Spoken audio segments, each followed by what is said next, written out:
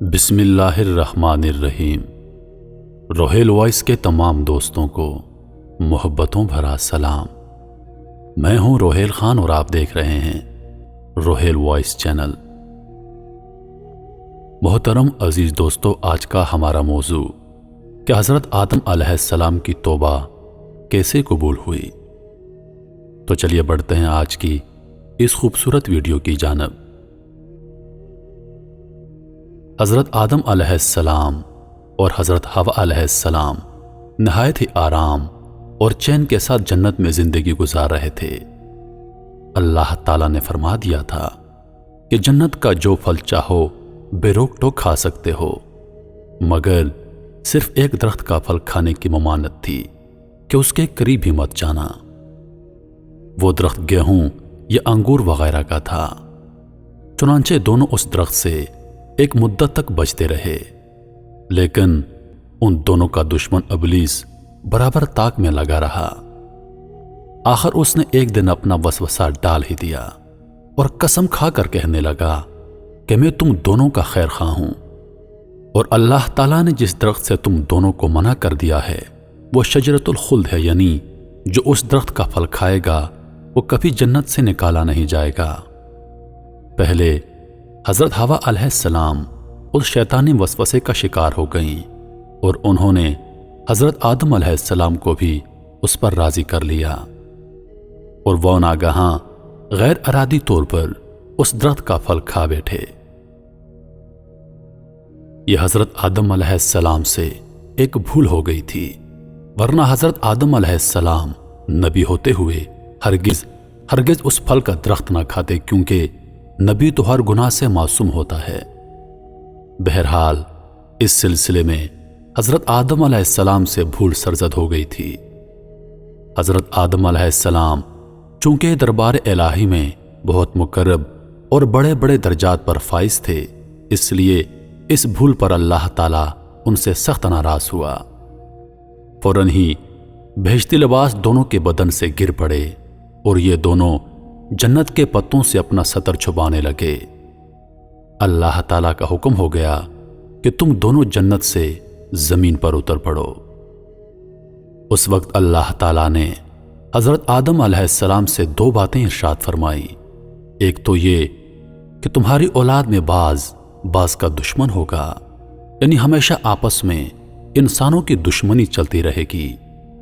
دوسری یہ کہ عمر پر تم دونوں کو زمین میں ٹھہرنا ہے، پھر اس کے بعد ہماری طرف دوبارہ لوٹ کر آنا ہے۔ چنانچہ ارشاد باری تعالیٰ ہے۔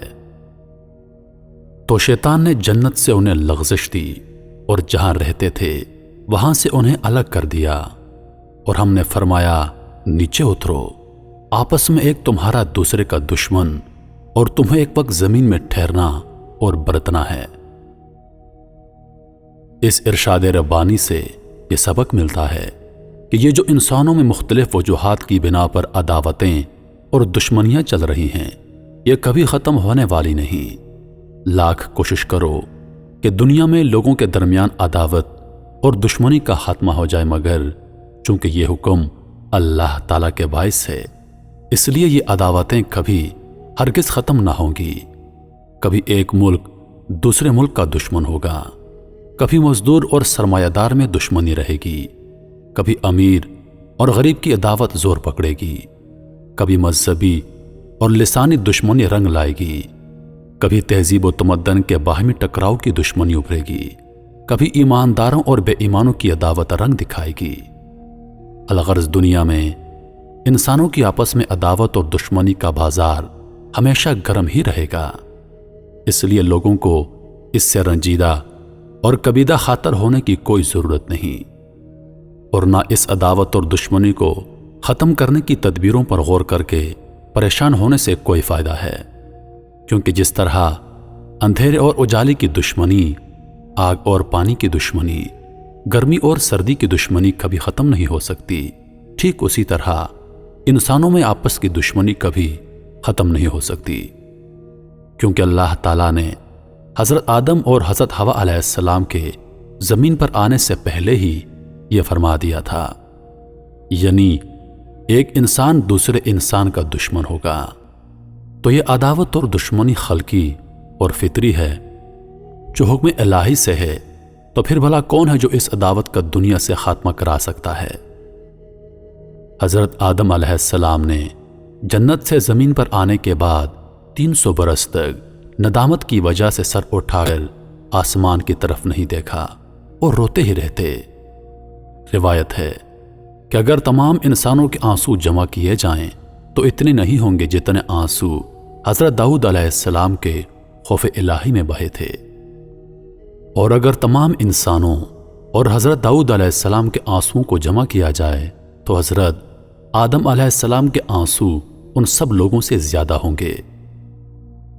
بعض روایات میں ہے کہ آپ علیہ السلام نے یہ دعا پڑھ کر دعا کی، اے اللہ، میں تیری حمد کے ساتھ تیری پاکی بیان کرتا ہوں، تیرا نام برکت والا ہے اور تیری بزرگی بہت ہی بلند مرتبہ ہے، تیرے سوا کوئی معبود نہیں، میں نے اپنی جان پر ظلم کیا، تو مجھے بخش دے، کیونکہ تیرے سوا کوئی نہیں جو گناہوں کو بخش دے۔ ایک اور روایت میں ہے کہ آپ علیہ السلام یہ دعا پڑھا کرتے تھے جس کا ترجمہ ہے، اے میرے پروردگار، ہم نے اپنی جانوں پر ظلم کر لیا، اور اگر تو ہمیں رحم فرما کر نہ بخشے گا تو ہم نقصان اٹھانے والوں میں سے ہو جائیں گے۔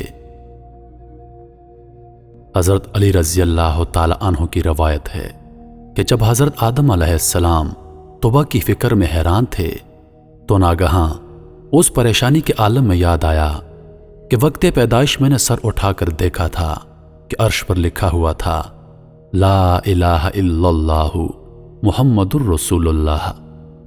اسی وقت میں نے سمجھ لیا تھا کہ بارگاہ الہی میں وہ مرتبہ کسی کو میسر نہیں جو محمد صلی اللہ علیہ وسلم کو حاصل ہے، کہ اللہ تعالیٰ نے ان کا نام اپنے نام اقدس کے ساتھ ملا کر عرش پر تحریر فرمایا ہے۔ میں قربان جاؤں شان مصطفیٰ صلی اللہ علیہ وآلہ وسلم پر کہ کائنات بننے سے پہلے ان کا نام اللہ تعالیٰ نے اپنے نام کے ساتھ عرش پر تحریر فرمایا تھا۔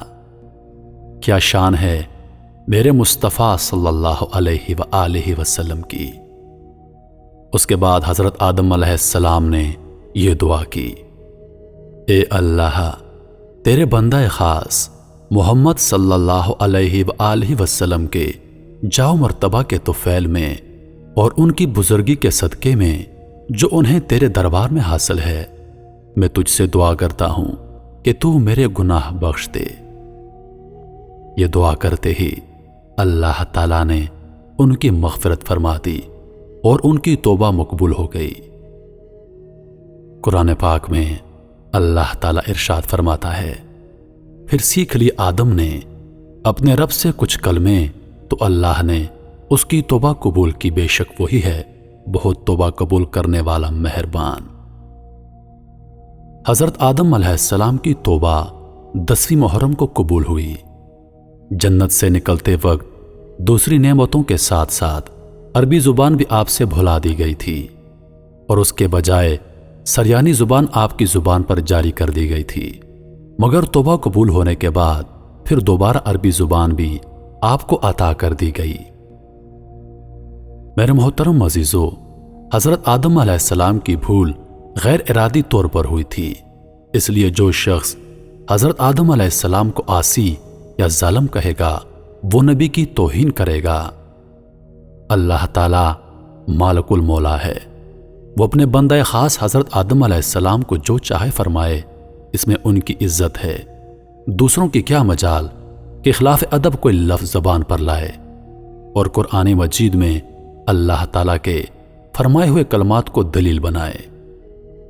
اللہ تعالیٰ نے ہمیں انبیاء کرام علیہ السلام کی تعظیم، توقیر اور ان کے ادب اور اطاعت کا حکم فرمایا ہے، لہذا ہم پر یہی لازم ہے کہ ہم حضرت آدم علیہ السلام اور دوسرے تمام انبیاء کرام کا ادب اور احترام لازمی کریں، اور ہرگز ان حضرات کی شان میں کوئی ایسا لفظ نہ بولیں جس میں ادب کی کمی کا کوئی شبہ ہو۔ میں امید کرتا ہوں کہ ویڈیو آپ دوستوں کو پسند آئی ہوگی۔ ویڈیو پسند آ جائے تو لائک اور شیئر ضرور کر دیجیے گا، اور آنے والی نئی ویڈیوز کے لیے ہمارے چینل کو سبسکرائب کر دیں اور ساتھ میں موجود گھنٹی کے بٹن کو ضرور دبا دیں تاکہ ہماری ہر نئی آنے والی ویڈیو سب سے پہلے آپ تک پہنچے۔ مجھے دیجیے اجازت، سانسوں نے وفا کی تو اگلی بار ایک اور ویڈیو لے کر آپ کی خدمت میں حاضر ہوں گا۔ تب تک کے لیے خدا حافظ۔ اللہ پاک آپ سب کا حافظ و نگہبان۔ ہنستے رہیے اور ہمیشہ مسکراتے رہیے۔